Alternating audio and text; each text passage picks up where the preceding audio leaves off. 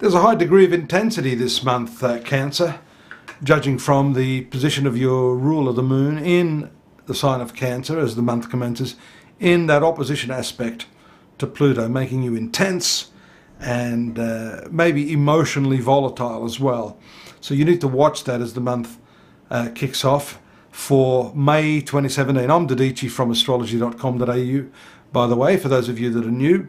And we're having a look at just a brief synopsis of what's likely to be occurring in the horoscope of those of you who have a sun sign Cancer, rising sign of Cancer, or maybe even your lunar sign, which happens to be Cancer.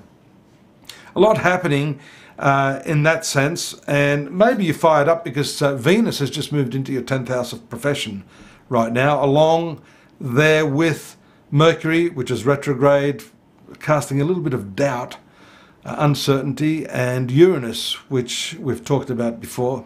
So these three planets can show a whole lot of new stuff happening, changes afoot there in your professional sphere, and unfortunately the retrograde movement of that planet may pose some difficulties, at least up until the 4th. Straight after that, we see that that planet goes direct. Give it a week or so to do its thing. Prior to that, it's going to have to move into a bit of a bumpy, unpredictable contact with Uranus there in your career sector. So that takes place on the 10th. So that first 10 days of the month is really a little shaky. In my introduction, I talked about fear, how to overcome that. If you haven't seen that, not a bad idea to take a quick look at that.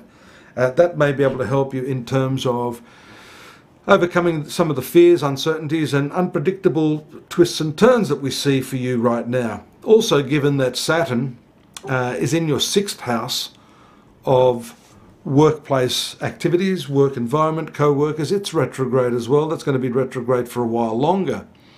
So fortunately, Mercury is going to move into a more favourable aspect to Saturn when it finally goes direct. That will take place at the very end of the month, or will it? No, sorry, May 12th. May 12th, around the time of the full moon, which is going to take place in your 5th house of love affairs, 5th house of speculation, 5th house of children. The full moon, of course, is a good omen, but it is also taking place in the sign of Scorpio, which is really its least comfortable position. It's depressed in that position. So although there may be some contact and expression with, say, youngsters or children, if you happen to be a parent, that may be precipitated by something that's not altogether good. It could be an emotional event where you're called in to help that person.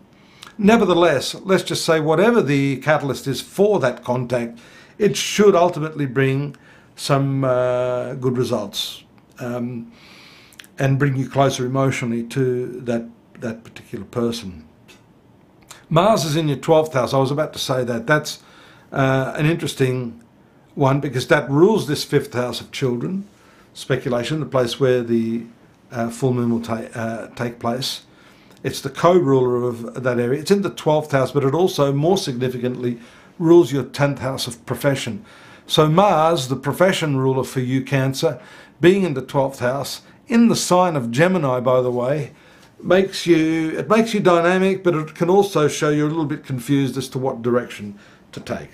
Now, when the 12th house is activated, it is a time of more inward reflection, a time to just sit back, relax, analyse what's going on. And that's also the case with some of these retrograde planets throughout the month. Mercury, Saturn, Jupiter as well in your 4th house, fully aspecting that career sector and taking place in your 4th house of domestic activities and family. There's a right angle as well at the outset of the month between the moon and Pluto. This is what we call a T-square, and it points fairly and squarely at your domestic circumstances. This has to do with your peace of mind.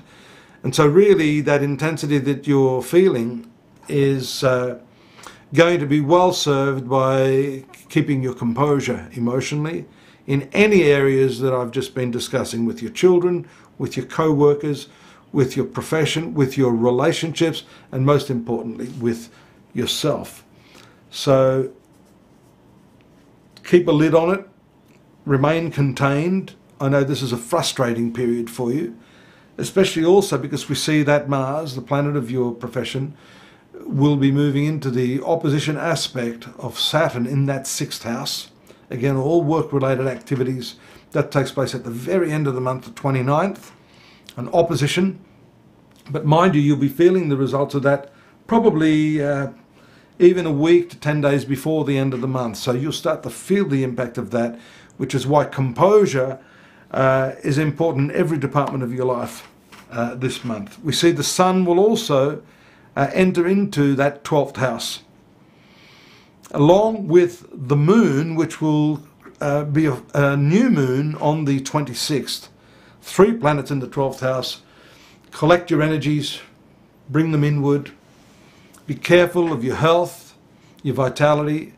Also, discussions you have with any employer at that time, as Mars, ruler of your profession and employer, will be under what we call combustion, or the sunbeams. That takes place, let me have a look here, 6, 7, 8, maybe around the beginning of that 4th week of the month.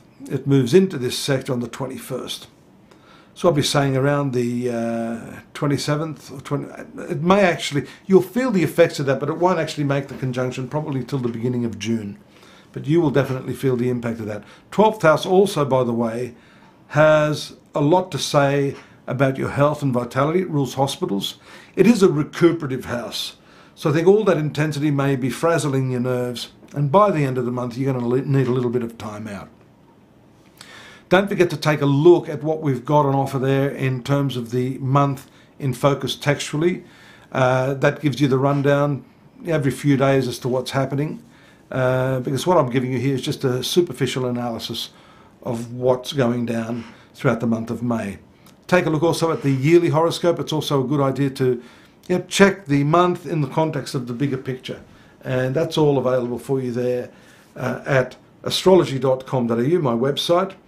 And until next month, have a safe one. Look forward to your company again then. Bye-bye.